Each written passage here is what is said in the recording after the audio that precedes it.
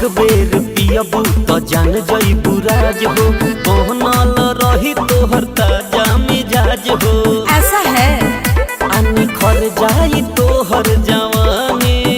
अरे सांचो काजी पीला पीला हाँ ए रानी पीला हमारे नींबू पानी, दीजिए हो जइबू तू दीवानी। अच्छा पीला पीला हमारे नींबू पानी, हाँ पीके हो जइबू तू दीवानी।